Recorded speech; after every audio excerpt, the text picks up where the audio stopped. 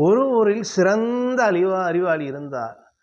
கடினமான சிக்கலான கேள்விகளையும் அதை நுணுக்க அறிந்து விடையளிப்பார். பல பிரச்சனைகளை அவர் தீர்த்து வைத்திருக்கிறார். பலரை நாடி வந்து வருவார்கள், அதற்கான விடயங்களை சொல்லுவார். அதை கண்டுணர்ந்து பல பேர் பல நல்ல காரியங்களை கேட்டறிந்து செல்வது வழக்கம்.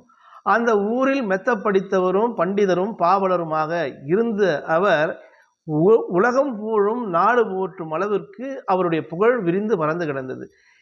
இந்த புகழுக்கு குந்தகம் விளைவிக்க வேண்டும், இவரை எப்படியாவது தீர்த்து கட்ட வேண்டும் என்று அந்த ஊரிலே ஒரு பொறாமைக்காரன் இருந்தான். அந்த பொறாமைக்காரன் தன் கையாலே சமைத்து இனிப்பு வகையை தட்டில் பரிமாறி வருகிறான். ஐயா, உங்களுடைய அருளாசி எனக்கு வேண்டும் என்று காலில் விழுந்து, இதோ நான் கொண்டு வந்த இனிப்பை உட்கொள்ளுங்கள் என்று அன்பாக தருகிறேன் என்று சொன்னார். அதற்கு அவர் அந்த தட்டை வாங்கி, நான் தற்போது சாப்பிடும் மனநிலை இல்லை, நான் எப்போதும் தியானித்து விட்டுதான் பிறகு உண்பது வழக்கம் என்று பொறுமையோடு போய் தியானத்தில் அமர்ந்தார். அந்த தட்டில் இனிப்பு வகைகள் அதிகம் இருந்தது.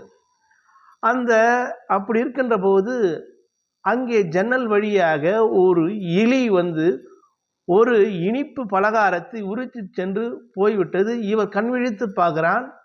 அந்த அறிவாளி கண்விழித்து பார்க்கின்ற போது பக்கத்தில் இருந்த தட்டில் ஒரு இனிப்பு பலகாரம் இல்லை என்பதை அறிந்தார்.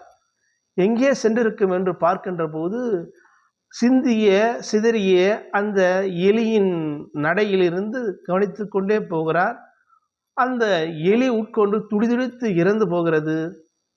இறந்து அதை பார்த்தார். இந்த பொறாமைக்காரன் நேரடியாக வந்து, ஐயா ஐயா, என்ன இது, நீங்கள் சாப்பிடும், இதை சாப்பிட்டு இருந்தால் நான் இந்த எலியை போல நான் உயிர் இழந்திருக்க வேண்டும், என்னுடைய பொறுமையால் நான் உயிர் பிழைத்தேன் என்றான். அவன் வெற்றி தலைகுனிந்தான். இதிலிருந்து நாம் தெரிந்து கொள்ள விஷயம் என்றால், பதறாத காரியம் சிதறாது என்பார்கள்.